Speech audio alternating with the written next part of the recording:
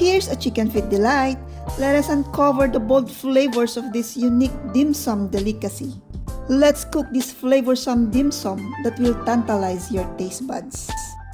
Welcome to my YouTube channel. Please check detailed ingredients in the description. Let's start cooking. First, sear the chicken feet in a hot pan to give them a nice golden color. Sear both sides. Yes, this we achieved the golden color for our chicken feet. Now, let's make some space for sautéing.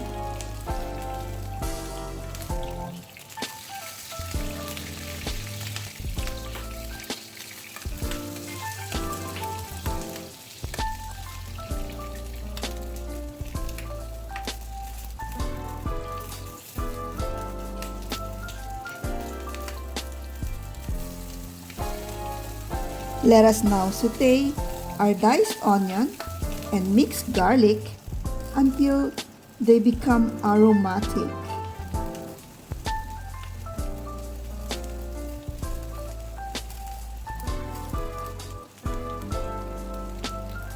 Mix in the seared chicken feet and let them cook together. Sprinkle some black pepper powder to add a kick of flavor. Next, add a generous amount of soy sauce and oyster sauce to enhance the taste and create a savory base for the dish.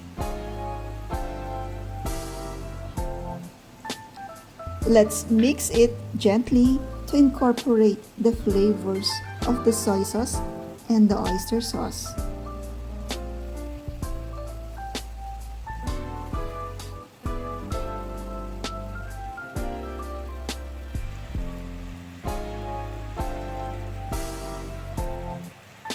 And for a tangy twist, incorporate some ketchup in the mixture.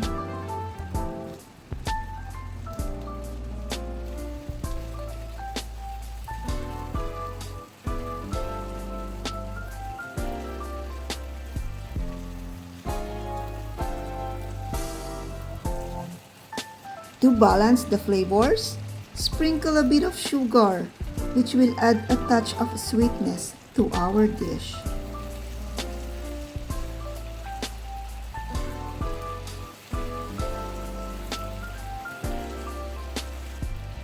Sprinkle a little bit of chili flakes to spice up our dish.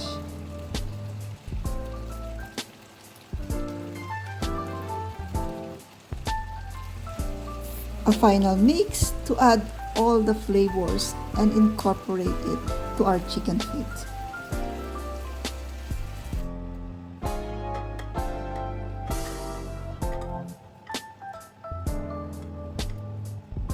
Now, it's time to let all the flavors meld together. Transfer the mixture to a pressure cooker. Add 2 cups of water and let it cook for about 30 minutes, allowing the chicken feet to become tender and absorb the delicious sauce.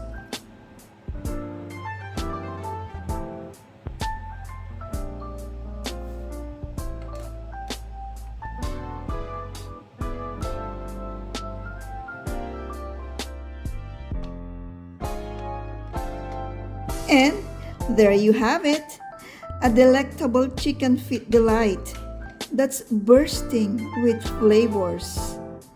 Enjoy this culinary creation. Thank you for watching. Please don't forget to subscribe. And see you in my next video. God bless you all.